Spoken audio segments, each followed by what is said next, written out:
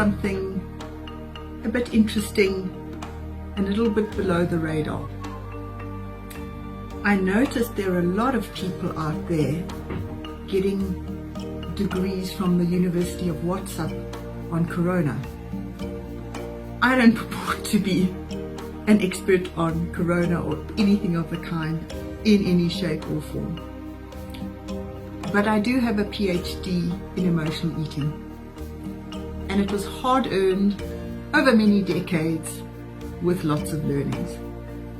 And now I'm really an ambassador for health, an ambassador for healthy living, because I've undergone so many challenges to get to this space where I am now.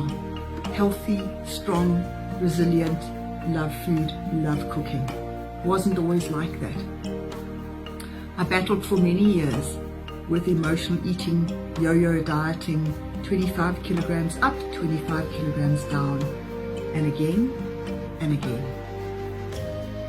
And it's been a long journey to wholeness. And I've studied a lot about nutrition and mindset and other aspects that have informed how I live now. So I thought it might be helpful just at this present time. We're halfway through extended lockdown in South Africa. It's useful just to revisit what are the key things that actually help one at a time like this. So for me, the key is structure. To structure each and every day. Not in a horrible way, not in a castigating way, but in a helpful way. And if you know why you're doing it, it becomes that much easier. So I create structure in every single day, and have done since I started this, even before lockdown, because I was involved in a writing project. So I've actually been in lockdown almost for more than 3 weeks, because I've just been very structured, very channeled, very focused. So the first thing that I do in the structure, which really helps me, may not help you. It may be that you want to do it in the evening, but it helps me enormously, like you just would not believe. I do 2 hours of exercise every single morning, without fail, except for 2 rest days in the 3 weeks of lockdown. And it sets me up for the day. If I know I've done that, and I was already in the pattern of doing 2 hours of gym, so it's not like I suddenly leaped into another world, but I have absolutely rigorously maintained my sense of self, because health has become part of my identity. It's become the very essence of who I am. And I was not that person. I was a couch potato and stressed and just really not functioning on all levels until I was 52. And then I started shaping my life and started shape-shifting, and it's deepened and deepened and deepened my journey to wholeness. So the first thing of the structure is that exercise. If you start with a meditation in the morning, that's great. If not, you do your meditation or your journaling or your practicing of gratitude or whatever it is that brings in a spiritual dimension to how you exercise. Because for me, exercise is an integration of the mind, heart, and body. It is something that utterly aligns who I am. And the reason why I say that is because I spent years and years and years living in my head, only in my head. It was as if these legs just went to work and operated without being fully integrated in my body. And now I am so wholly integrated in my body. It is the essence of who I am and how I move, and it is my connection to the divine intelligence. And that is why I respect and honor this body I was born in. I respect and honor who I've become and my long journey to wholeness. And when I exercise in the morning, I'm honoring that part of who I've become. I'm honoring that identity. So I think it's just important to understand the why. The why informs what we do.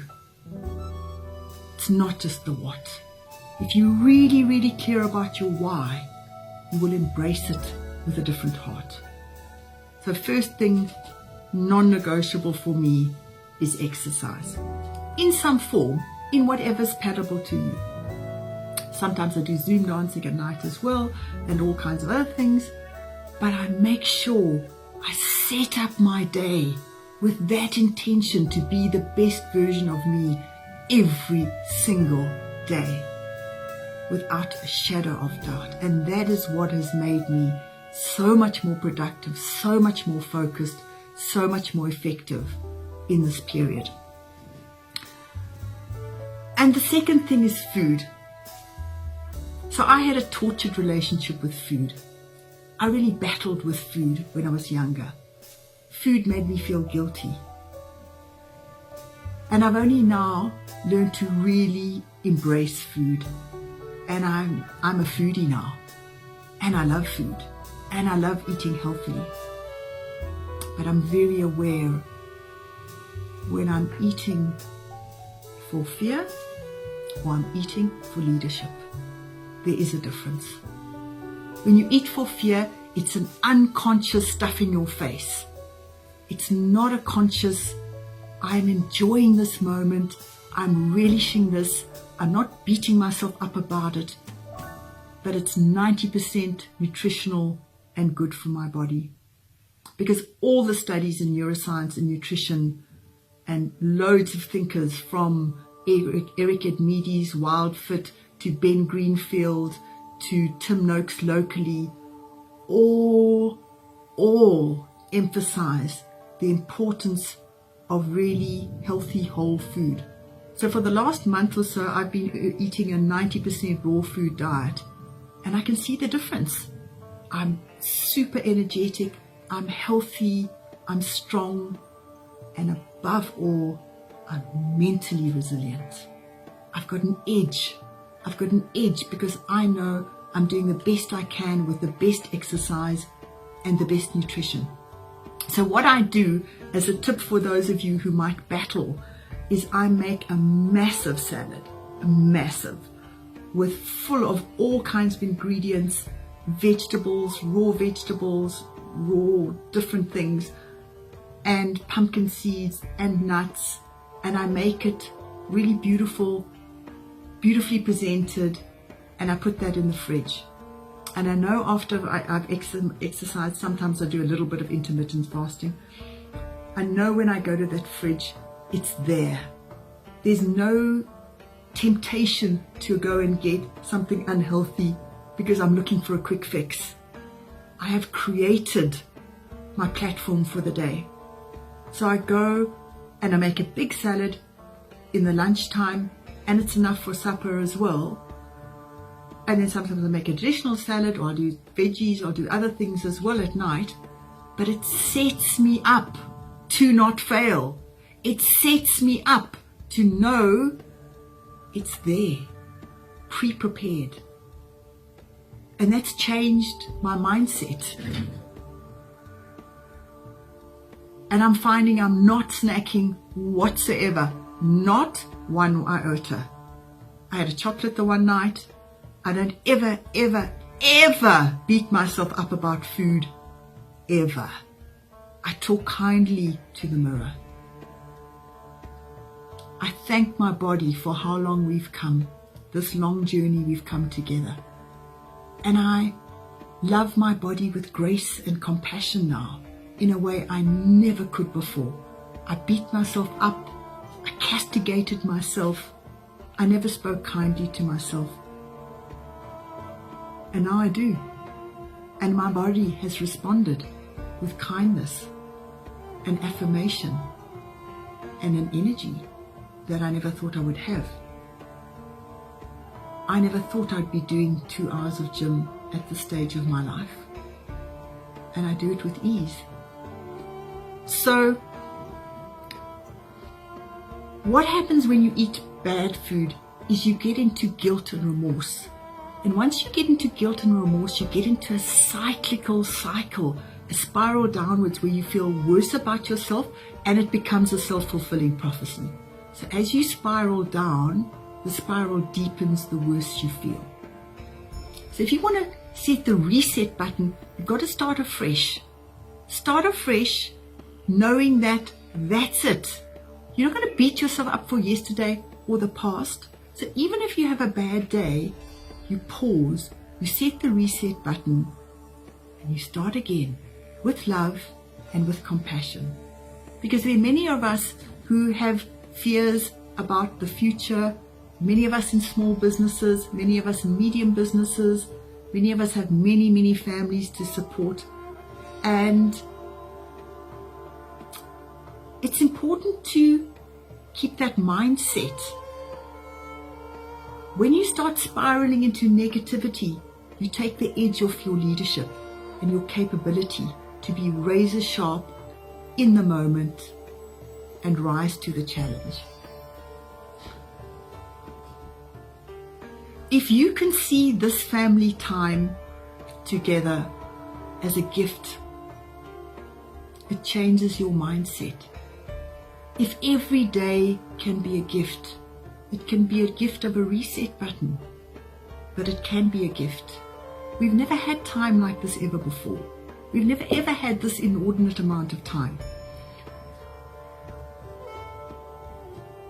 So use your time wisely and structure your day so that you feel by the end of the day, that day has been a gift.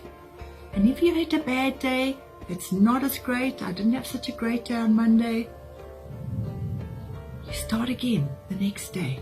Put one foot in front of another and give it your best shot. And when you give it your best shot, it does something to your heart. And all the neuroscience in the world is telling us we operate very strongly from a heart space. Our heart very often dictates what's happening in the mind, and our heart very often dictates how it translates into our body. The heart is a very powerful thing. And all the work of Dr. Joe Dispenza and recent neuroscientists are all showing the power of that connection. And that's why I talk so much about mind-body, heart integration. The next thing I want to say is, please do not suffocate yourself in news. You are undermining everything that you were born to be by focusing on the news and the statistics and what's happening all over the world.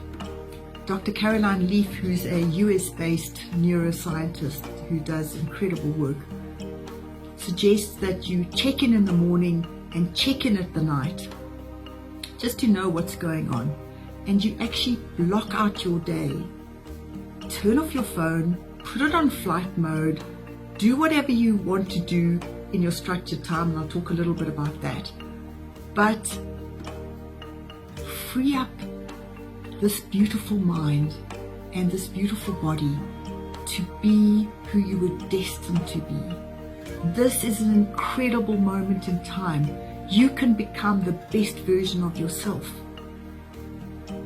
with the right mindset, the right heart, the right spirit towards yourself and others.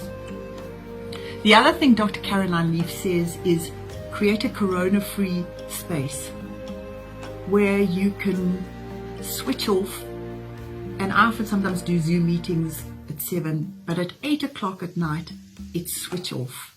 And after that, my husband and I don't talk about things. We switch off as if we're in a non-corona world. Because this too will pass. And we have to practice being resilient.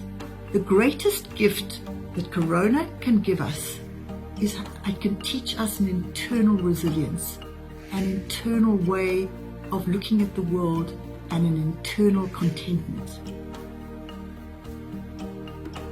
So try and create either space in your house that's not to do with anything about viruses of any forms, because corona is just one of many other viruses,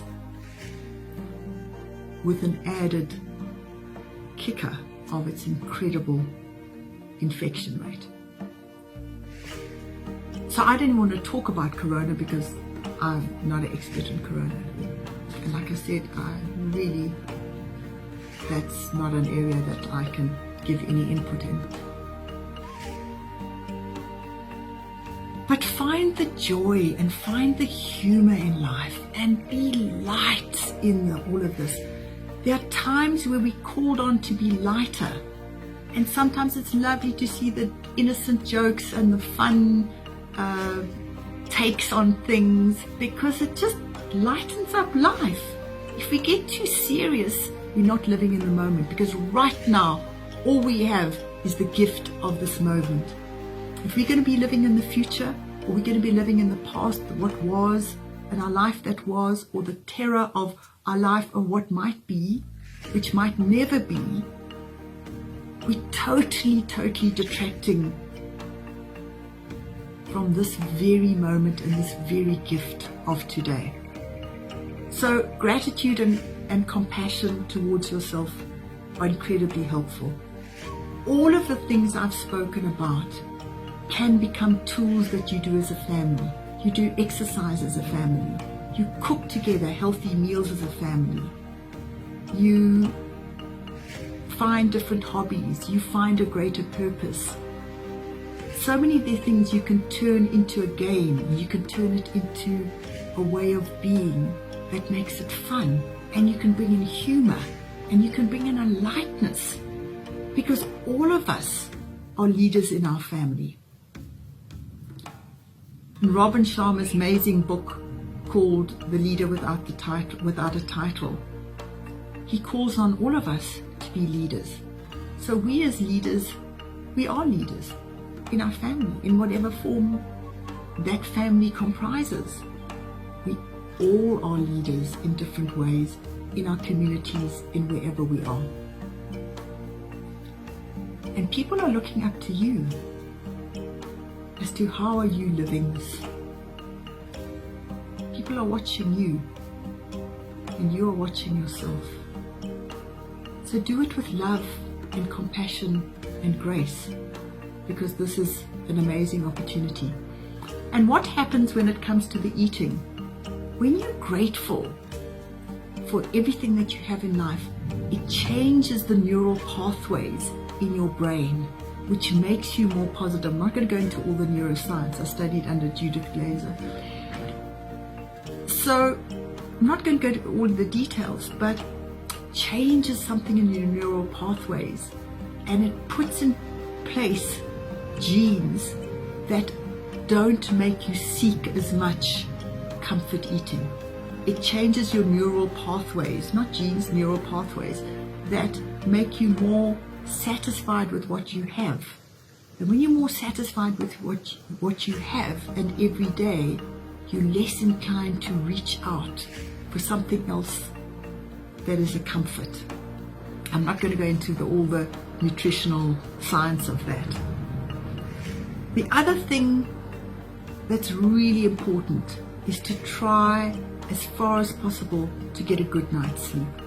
I noticed the one night when I was in an international global meditation with a lot of my global friends, that I got up at 2 a.m. to link in with them and went to bed at 4. And the next day I found myself for the first time, reaching out for food that I hadn't done before. And it was my body's way of just compensating for feeling a little bit tired and a little bit out of structure. And the final thing I want to say is one day at a time. Ryan Sandys, a famous ultra marathon runner who's done incredible races all over the world through extreme deserts and extreme conditions, talks about how he gets through running 250 kilometers through incredibly rough terrain in incredibly grueling conditions. And he says 10 kilometers at a time. So every day is our 10 kilometers at a time. If you just put one foot in front of the other, celebrate your wins, celebrate when you had a good day, and don't beat yourself up when you had a bad day. Because mindset is a victory. And if you can stay victorious in your mindset, you will stay victorious in your structure. The two are inextricably linked. And the last person I want to talk about is a remarkable thinker, John Maxwell, who talks about leadership. And like I said, we're all becoming leaders in different forms, in different small ways or otherwise. And we have a choice to say, I loved well, I led well, I inspired others around me, I stepped up to the plate during this time. It might look weird sitting here, I put makeup on my earrings during lockdown. That's because that's what helps me. Maybe that's not what helps you when some people are quite comfortable just sitting at home in slip-flops and doing their work. But when I know that I've got to craft a message or do something important or go to a Zoom meeting, I put on makeup and I put on work clothes and I show up as I would show up in the real world, because that's what helps me. So I hope this has been helpful to you in some shape or form for those of you who, like me, battled for many years. It's an extraordinary privilege to be able to reflect back on my life and look at how much I've changed and how much I've overcome and how strong and resilient I've become. And it all started with baby steps. So, reset button, tomorrow morning, create some structure if you haven't already got some structure. Your body, your mind, and your heart will thank you for it. So will your family around you. They'll be inspired by your lead to make a difference.